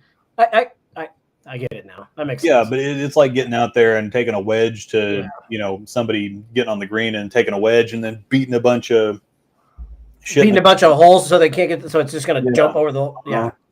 Just walk through their line. They'll get pissed off. Yeah. So we're going to look at the. I'll go ahead and pop up. Let me see team pattern first. No surprises here. I'm really sad you didn't get the bowl on this because this pattern is freaking awful. Yeah, I'm not. But this is the same thing that they've done every year. People talk about. I wish that they would. Some people's reasons for why they should or should not hide the patterns don't really work out in the real world. But they do virtually the same patterns every year. The team pattern is always the shorter, flatter one. Yep. Because it is a team competition, and part of the team competition is working together as a team to break the lanes down to open them up so that you can score. That's the whole point of a pattern like this, is to make it difficult, to make people work together to break it down to make it scoreable. That's the whole point of this pattern. That's the intent of this pattern. So 39 feet, 28.4 mils, virtually identical to last year. The team pattern is always 38 to 40-ish feet. There was one, I think 2021 was they flipped them.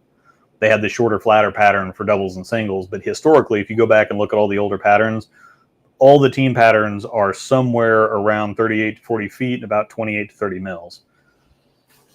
The interesting thing here is that they use glide oil, which is new. There's nothing even on it. There's nothing even on the website that tells you what glide oil is yet. It just says information coming soon. Oh, there's Zachy. What's up, buddy? It's Wednesday, my dudes. Boy, I don't even give a damn what his score was. He was clean on the team pattern. Yeah. I would be really interested in seeing just exactly how many people actually went clean Or there it is. The team pattern. He sends me this every Wednesday. It's Wednesday, my dudes, and I love it. Love you, buddy. Guess what day it is? Glad sounds more like Liddy than ice. Yeah, this pattern was just freaking brutal, man. And the way it breaks down too didn't help matters. But we went into it with a game plan, just like we talked about earlier. Let's get the guys on the gutter, and let's beat up the gutter for however long in practice with a bunch of surface. To be fair, though, we had one guy in our group that deterred from that plan that really just made the pair even worse. And I won't say who or anything, but once that one person deviated from that plan, man, it everything we worked to do to build the bounce to the right, it just made it tighter. So yeah, see, the problem is that the oil is not very long. So you've got the forward pass that stops at 23 feet. Yeah. Damn two-handers with purple hammers. Jesus Christ, that's exactly what we're talking about. Cheaters. What's wrong with the world? But yeah, I mean, that's yeah, it's a tool. It's legal to use. Name of the game is knocking over the pins. See, the group around that we were around, I didn't see a ton of urethane going down the lanes. We had one guy in our group that was throwing a purple for a game and a half. Trevor, I think, threw. God, I don't even think he threw urethane very much in team event, but I could be wrong. It's been so long ago now. Dylan did not throw urethane. Mm-hmm. And I'm just trying to think of who was around us in the building too. I didn't see a ton of it going down the lanes, and I'm surprised. I mean, we all talked about it. We knew it was like, this is either 37 feet or this is 38 foot. Yeah. We knew it right away that it was the shorter pattern.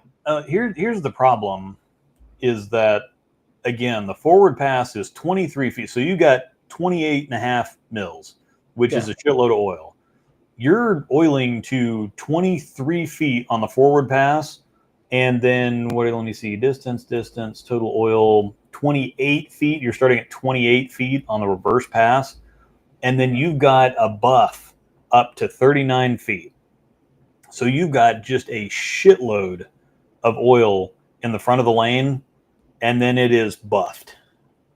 So it basically what they do is they've got a roller brush that basically they put the oil down the lane, and then they just basically buff or push the oil to 39 feet. And so basically they're not oiling the lane. So you ever seen the PBA patterns where they show you where it's really high in the front, like this only shows you the side to side and the top view, but it doesn't show you as it goes down the lane, the oil actually gets less and less in the buff. Yeah.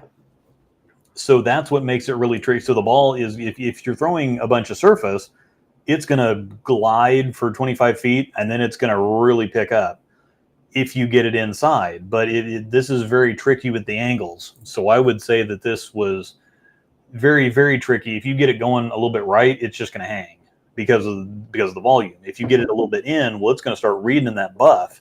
And so your angles were going to be really, really tricky on this pattern. So the direction you got it going in off your hand was going to be really important. But if you're throwing urethane, then all of a sudden you're going to take the oil and you're going to start pushing all that stuff in the front. You're going to keep pushing it further down the lane. And so it's going to provide hold, basically, which could be a good or a bad thing. If you can get on top of it, then you've got hold. But if otherwise, you've got an oil slick right in the middle of your track or your back end. Yeah. So, and if you've got somebody inside, if you've got somebody playing straighter that's pushing the oil straight down the lane, that's one thing. But if you got somebody on the inside that's pushing it to the right, then you've got a problem. Ooh. Yeah, the outside was nosebleed for teams. I tried to play the gutter because we watched some teams the night before that had a little bit of game. So it's kind of nice when you get in there and watch some teams that have a little bit of game, so you can kind of try and get an idea of what's going on. And I saw a guy that was using a little bit of surface. I think he was throwing a gem and he was playing closer to the gutter. And I was talking to Dylan, and I was like, "Yeah, man, maybe I can use some surface and get over there and might be able to do something in team event." And once we got in there and we got going, yeah, there was nothing on the gutter. It was good bye-bye. So this makes a lot of sense. It's basically the same pattern that they've put out. It just played very, very difficult this year. Basically, the load of cash in team for the regular division, you just had to average 180 as a team, which is 540 a person. So if you found a team full of people to shoot 550 apiece, you were cashing. I tell you what, I want to meet those people. This really brings into they have no regulations, and this is another thing to talk about is like, are these conditions too hard? Look at Wilkins' comment real quick. Yeah. Yes. Yeah. It's Wednesday, my dudes. Yeah, buddy. Sorry, I didn't mean to cut you off there, but you got to get that out there. So you have no regulation whatsoever on lane conditions anymore for sanctioned leagues, but you're going to take these regular league bowlers and you're going to put them out there on stuff that the pros are struggling on. Why are we doing this? Angel, so our group put together a standard team.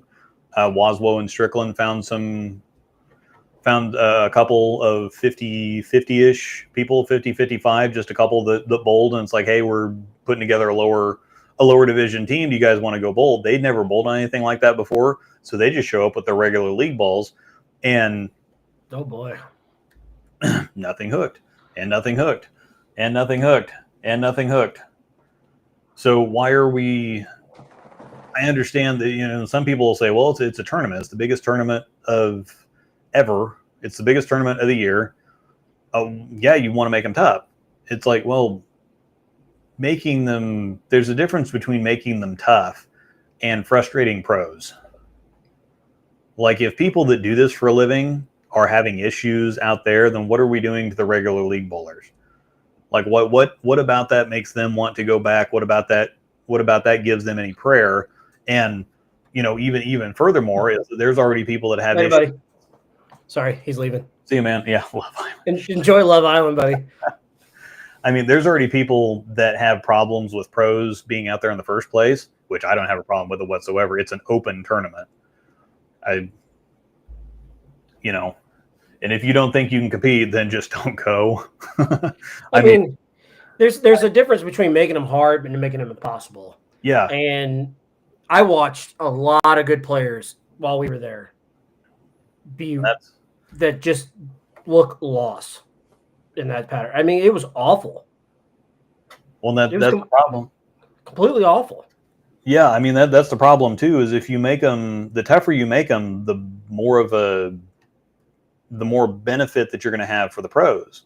Yeah, because they're used to that stuff. And Tyson Brannigan put something out there, and he said, "Yeah, it was like, well, we did this for this pattern and this for this pattern." It's like, but how many regular bowlers are going to go out there and know how to do all this stuff? He's like, we know how to. He was a rep for Ebonite, and he's like, how many higher level bowlers that know surfaces and know lane play and that know teamwork and that know breaking the pattern down and know all this stuff still went out there and shot 550 in team anyway. So how's the regular league bowler supposed to compete with that at all? So if anything, making them tough makes it, I mean, the pros can bowl the tournament. They're not going to change anything. It's an open tournament. You have a USBC card. You can go bowl the tournament. And they have different divisions. So most of the people complaining about this aren't in the same division with the pros anyway. So I don't know why they're throwing a fit about it. The tougher they make the conditions, the more of an advantage they give the pros. Yeah. And I'll be honest with you, that pattern was so difficult. Back to when we were just saying about throwing it hard and straight at the head pin, or throwing to the head pin and making your spares. Yeah. That would have been way better. That would have been a much better option. Yeah. So like Joe says here, they are absolutely throwing the league bowlers to the wolves. It's like every tournament needs donators. They are setting people up to fail because they're putting them on something that's so difficult and so foreign that if the pros can't score on it, the league bowler has no chance. So all you're doing is holding a tournament to benefit the better bowler, to just, let them make their years let them go out there and make their 20 grand in brackets or whatever else, because the lower average bowler is going to have no prayer. And I think that's why they started doing the divisions, though. I really do. I think that's what I think that helped a little bit, but at the same time, I don't know. If you're a 200 average bowler and you haven't bowled nationals enough, and you don't have the enough games in to have the USBC Open or the Open Championships or average, and you're stuck in the high division, you're thrown to the wolves, man. It is what it is. Now, if you can find a way to get lined up, that's another thing too. You got to think about it. If you can find a way to find something and make some good shots, make your spares, get some breaks, and you find a cash spot, you can come back with a good check. Like, yeah, I go just to cash, and on the off chance that you can beat some of the pros. Like I bowled doubles with Jaden Barr, and we shot 1280, and I shot 680. So that shows you how bad she didn't have a great day. But 1280 is like over 150 pins to the good in cash. Yeah, that's going to be a decent check. Mm-hmm. I've got a check coming from the Bowler's Journal. I shot 7-something in the Bowler's Journal. So yeah, I'm looking forward to those checks. Yeah. So You can still go out there. You can still go out there and make some money if you have a good tournament. That's the point of a tournament too. People want to go out there and it's like, well, we need more divisions and we shouldn't have to bowl with the pros and whatever else. It's like, well, it's a tournament. We're not trying to set up something for you to go bowl league. It's a tournament. You go there. It's like playing a slot machine. Nobody goes to Vegas to hit it small. You go to hit it big. You want to go play the progressive slot machines and it's a tournament. Or to go see Elvis. Yeah. You go out to a tournament to hope you shoot the best set of your life and cash. And if you don't, you're not going to make money. And people think that they just, for some reason, well, I ought to be able to go out there and shoot my average and make some money. It's like, well, that's not the point of a tournament. That's another thing to take in mind too is they make it when they make them hard like that, and all the travel and everything. And I don't care how many USBC Open Championships you've bowled, the nerves are going to sit in for the first couple frames and first little bit of practice, because it's just you're not used to on an everyday basis or even just a regular tournament basis being in that environment, right? So it's naturally you're going to press, right? It's going to happen. So there's a lot of things I can see that they could do differently, but I don't think they need to make them that hard. But at the same time, I think I can see why they do it. I agree with Pete. I do. They need to be difficult. They need to be challenging. It's a tournament.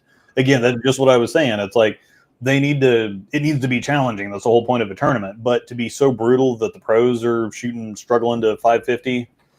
Now, some of them did fine, and everybody's like, well, some people are scoring on it. But it's like, well, yeah, sure. You have 50,000 people at a tournament. The law of averages says that some people are going to have a day. The stars are going to align for some people, or some people are just so good that it's just going to fit their game, and it's all going to work out. And yeah, some people are going to score. Man, I've seen some really, really, really good bowlers, not just in our group, but just seeing all the people and knowing everybody that went. Some really damn good bowlers bowl very, very bad on that pattern. Yeah. Yeah. And see, this is the other thing when what Joe's talking about here with, releasing the patterns and not releasing the patterns. How many times do people, I got the pattern to practice, they'll get, we're going to this tournament, and this is the pattern that we're bowling on, and then they practice and they go to the tournament. It's like, there's nothing like what was at the tournament. But then in the same breath, people will say, well, they shouldn't give the patterns out for nationals, because then all the good bowlers who get to go practice on them, they'll know what to do when they get out there. It's like, but you just said that you practice on stuff and it's not the same. It's not even the same. Like in Reno, they had the Bowler's Journal on the low end of the tournament lanes. They had it upstairs. The team practice session was downstairs in the lounge.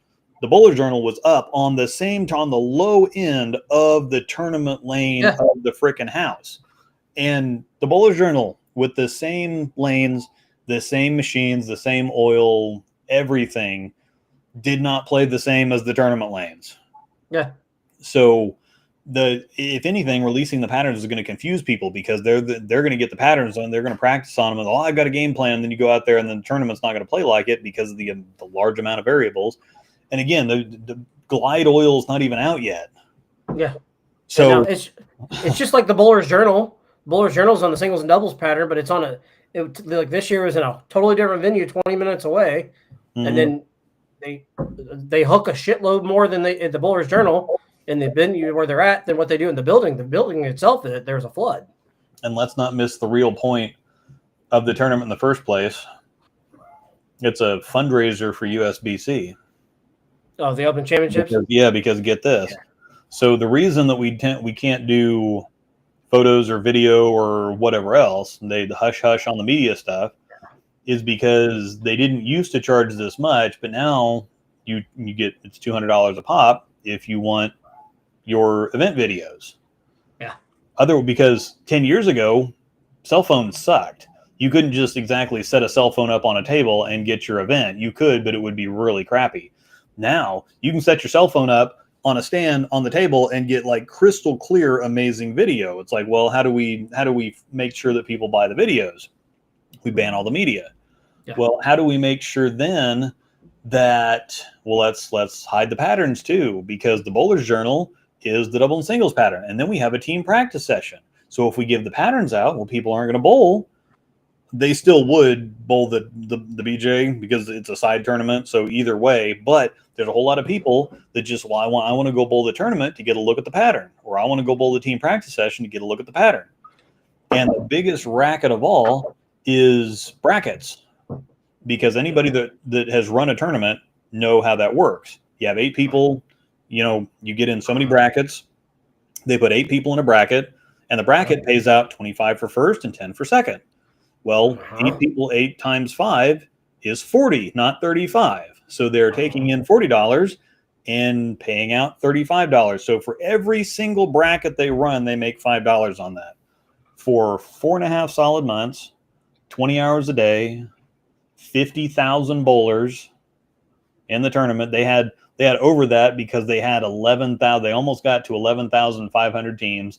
So if you can imagine the number of brackets they go through, and they make $5 on every single bracket, they are running tens of thousands of brackets at that tournament every year. Uh-huh. They are probably, I would like to see. They are making bank off of it. Absolutely they are. So yeah, I would like to know exactly how many brackets they run, because they've hundreds of thousands of dollars. Well, you've got to think too. They don't just do regular brackets; they do reverse brackets. They do. Uh-huh. They do. Excuse me. They do all that. Yeah, they do year-long brackets. They do. Well, yeah, and you've got. I think you can get. They have the maxes on there. You can get in like 80 regular brackets, 80 reverse brackets. Then they've got this, that, the other, whatever else. I mean, hitting the all-in button is like $2,000. And so if you're talking about people that do hit the all-in button, so they're getting in 160 brackets. So USBC is making $1,000. But if you're getting 160 brackets, 160 times 5, what they're making off that bracket, just on that one person, So if they're running, well, I guess it's 8 people, because 8 people are going to be in those brackets. But if you have 8 people hitting the all-in button, 5 times, 160 is a lot. Yes, it's basically a follow the Benjamin situation. Yes. So I mean that's. But I don't know if you're aware of that. It's not you. The comment. It's 90% of your tournament directors that run tournaments and run brackets. They're all pulling that money, and they're taking that money from brackets. So it's not just them. Yeah, it's common. It's very, very common. Yeah, like Billy Ball tournament directors make money off of tournaments. Yeah, I have no issue with the bracket revenue whatsoever, because anybody that's done tournaments, you get a little bit of a cut off the entries, and then the brackets are where you make your money for running the tournament. I have less than zero issue with the bracket revenue. I'm just saying that when you're looking at this from a business perspective, it's like, okay, a lot of tournament directors run tournaments so that they can make money. It's like they don't make money bowling tournaments, so I'll just start my own tournament, and then I'll go run the tournament, and I'll take $1,000 home as my cut of the thing. I'm going to use this to make. I'm not running tournaments out of the goodness of my heart to provide something for the community. I'm running a tournament so I can make some money. And USBC, they want people to go to the tournament so that they can make some money. Well, of course they do. And I saw Wriggles posted today that an article. He shared an article that they're pretty sure that the USBC, the Open Championships, will come back to Baton Rouge. Did you see they went up 14% on the profit margin from where they were at in 2012 of all the bowlers that went? You want to know why? It's because we went somewhere other than Vegas and Reno. Yeah. Can you imagine when we go to, was it South Carolina? Yeah. North Carolina, how much it's going to make? People are going to go. We'll see. It really depends on, because they've gone to other places too. Like Syracuse is a shithole. I don't think it was that popular. El Paso is a shithole. El Paso wasn't as bad as I thought it was going to be, but I think they had it in a nicer part of El Paso, so I was pleasantly surprised with El Paso. But Albuquerque was kind of cool when we went there. Mm-hmm. But yeah, because you're never going to go to New Mexico for anything. Mm-hmm. Sorry if anybody from New Mexico. Yeah. But it depends on where they go. But at the same time, yeah, they had this is the biggest turnout for the tournament since they were in Baton Rouge the last time. Yeah. I think. But a lot of people have come back and bitched about it and said, oh, I don't want to, I'm never going back there. Yeah. When it comes back in 10 years, you'll be there. And you know you will. Yeah. I'm going to Reno. Never said I was going to go back. I'm going to Reno. Which I need to book my flight for that. I'm going to go to, if I can bowl, I'm going to go to Vegas. I'm going to keep going to Vegas. I just like going to Vegas for whatever reason. We've got our little itinerary of stuff that we do, and South Point's cool. We basically just don't leave South Point. They've got the sushi place in there. They've got the buffet. Oh. They've got the Don Vito's, and they've got whatever else. And then they have the big pavilion where they normally have like kids dirt bike racing or. You're forgetting the hot dog there. The hot dog stand. I just like going to South Point. So as long as it's in Vegas, I'll probably keep going to Vegas. If I can even bowl, but I'll make Angel bowl and we'll just go with them or go with her or something. Yeah, 2023 USBC tournament brought in $16 million. Shame Christmas, and yet we're still charging. We're raising up. We're raising up dues every year. Yeah, tell me about it. $1.6 million in bracket money. Just say no to Reno. Yeah. You tell Trevor Lee Baumgartner to say no to Reno. That boy wants his plaque, so we're going. Yep. So, all right, let me go ahead, and we got 10 minutes left here, so let me go ahead and pop up the double and singles pattern. This one was a little wild.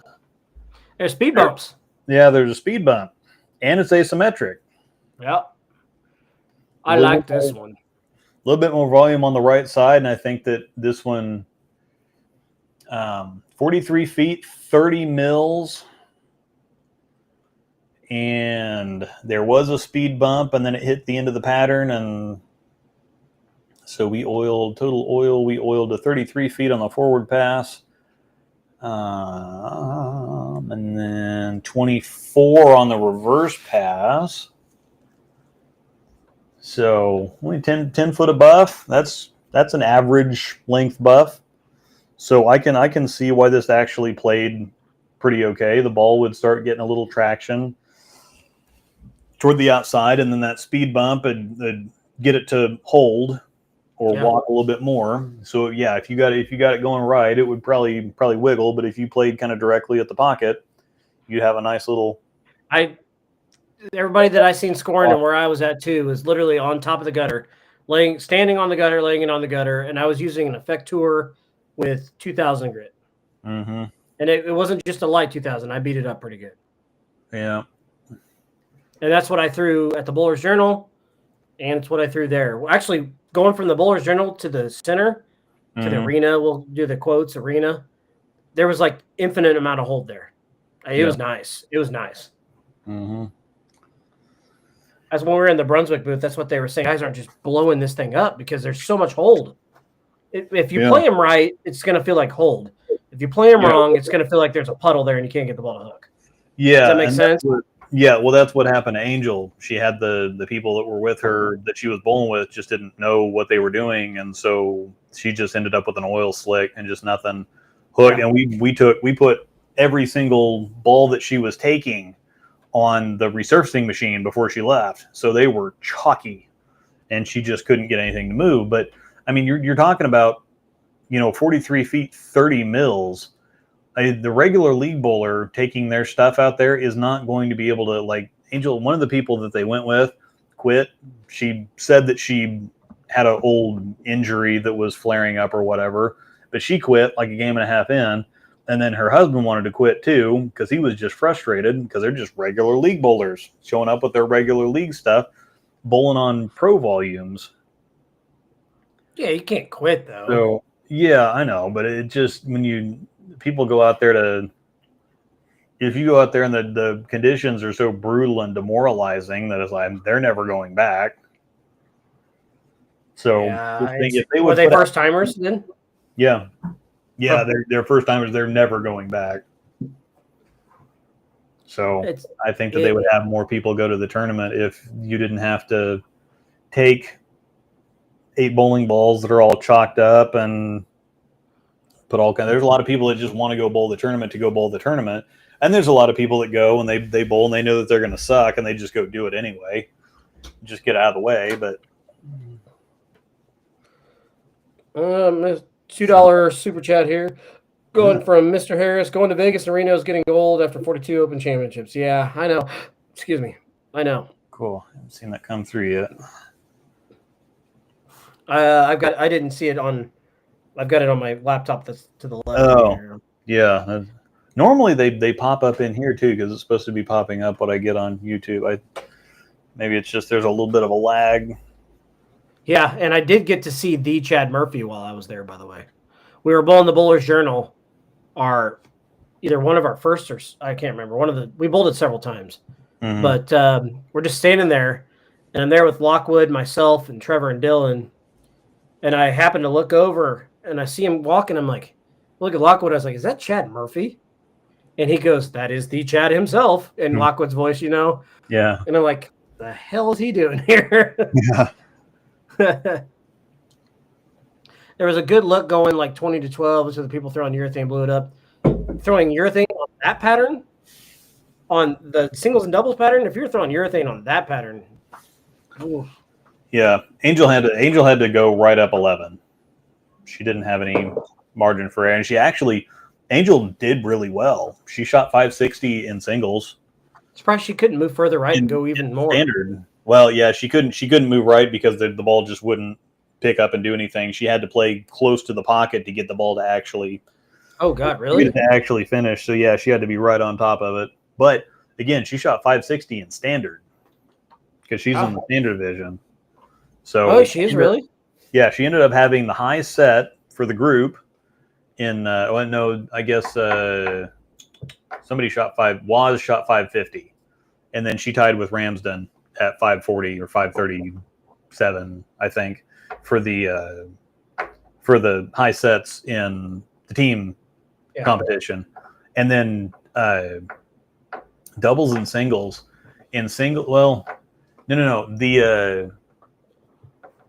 For team, I was watching because they had the live scoring on there. The high set in the building for team was like 560, and it was Brian Himmler, and he shot 226 the last game to get there. From team? In team, the high that set doesn't surprise me. Nobody shot over 600 in that whole freaking block, and she got in 8 reverse brackets. And she made 6 finals and got 5 firsts, shooting 537. That doesn't surprise me. The best look I had in team, where I could finally put something together, I shot it wasn't terrible. I went like 180, 190 out of the gate in team, and I was throwing a theorem with some surface on it. And obviously, the whole pair shot 140 or less the last game. The entire pair, but Dylan. And I think I had 130 the last game, so it just killed me. That pair, you just couldn't get anything to stop at game 3. It hooked from everywhere. So unless you're Dylan lofting it through the air past the middle arrow while the ball's still hooking in the air, it was ridiculous. But no, I wish that was the year. I wish you could have experienced that team pattern. Freaking brutal, man. I was looking forward to eating seafood, but I didn't miss the bowling. I didn't eat any seafood. I'm not a seafood guy, so. Yeah. Hey, tonight was a good show. Yeah. Yep. This is why we've changed our decision to how we're going to do shows. Yeah, that's just what I was going to say. So it makes it more when we have something to talk about. We have some topics. We have some things people want to hear about. instead of just getting on here and kind of BSing for a while with nothing real to talk about. So if we have any hard-hitting topics or whatever, we'll make sure to have a show about them. We will, whenever USBC puts out some kind of decision, we will talk about that. And then we've got our Scratch League draft here in a couple weeks already. 2 weeks. Which that'll be mostly a stream for our local people. But yeah, 2 weeks from tomorrow, matter of fact, because it's on the 14th. So 2 weeks. We're drafting for the year in 2 weeks. Is it really 2 weeks? 2 weeks. 8/14. It is the 30th of July. There are 2 weeks left before the bowling season. We could get creative and get people on standby. We can do some call-ins. Say, hey, what are your thoughts here? Maybe pull in some of the captains. Like, what are you thinking here? Where are you leaning? Yeah. Let's see if we can get some people to give away any trade secrets. Yeah, we could. I mean, I could put in some work for it and see what we got. Oh yeah. Thanks for showing up, Joe. I appreciate all the comments. You put a lot of good stuff in there. Thanks, TJ, Billy Ball, Red Sox. Joe, Jason you were Nelson, of course. Red Sox, by the way, fantastic name. Fantastic. Well, this is great too because everybody else gets to put their own. Yeah. Some people are confused, and so we get to kind of talk them through it to help them understand. Because again, this is not for the regular league bowlers. Like, why are we even talking about this? Yeah, because who cares? It's just a total non-issue, and so it's like, okay, well, you just get people in the know, and then they understand it. And then there's other people that have other information. There's a bunch of stuff that I didn't know. I didn't know that oil volume stuff that Jerry Kessler put out there. How it got so much thicker, and it makes sense, but I didn't know that it used to evaporate. So,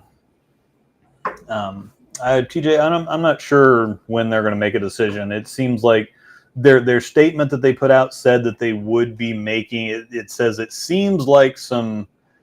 Yeah, Red Sox are doing pretty well. I was pointing to my helmet. Yeah, USBC did say it seems like some governance is needed. So they are going to do something. What they're going to do, we don't know yet. Probably ban for the higher levels, though. That's what I said pretty much as soon as I saw it. That was my initial thought. Was it's going to be a national level ban, and then they're not going to touch league stuff until they have to. Yeah. I mean, eventually at some point in time they probably will, but I think we're going to see it at a national level. Yeah. Yeah. So good stuff. Yeah. Before we get out of here, I am on a hiatus for a little while. I'm not, unfortunately, going to be able to bowl the Scratch League this year. I already took my name out. I had a pinched nerve in my neck a couple weeks ago, and it went down into my shoulders, and so this shoulder is fine now. This shoulder is not. That's all I got. We're going right-handed this year. Yeah. That's all I got. So this shoulder doesn't work, and this shoulder is still very weak, and so I'm waiting on. We went to the Topeka ER out there, and I got a blood panel, I got a CT scan, I got an MRI, which is the most terrifying thing that I've ever been. The one by the mall. Yeah, we actually went there for Amanda's liver when we had to go there, and that place is amazing. Yeah, it's great. I would not recommend it. No, but if you have to go somewhere, it was amazing. Like, it was the best experience that you could possibly have. She was actually had to stay there for 2 days. Oh yeah, but it was great. I mean, other than the MRI being the most terrifying thing that I've ever done in my life. Yeah. But yeah, so everything's fine. It just, I got some, pinched nerve, and it kind of worked its way down, and so they said it's just. They said that something similar happened what the doctor said is that he thought that it's about the same thing as Colt McCoy when he was at Texas. He had the frozen shoulder or whatever.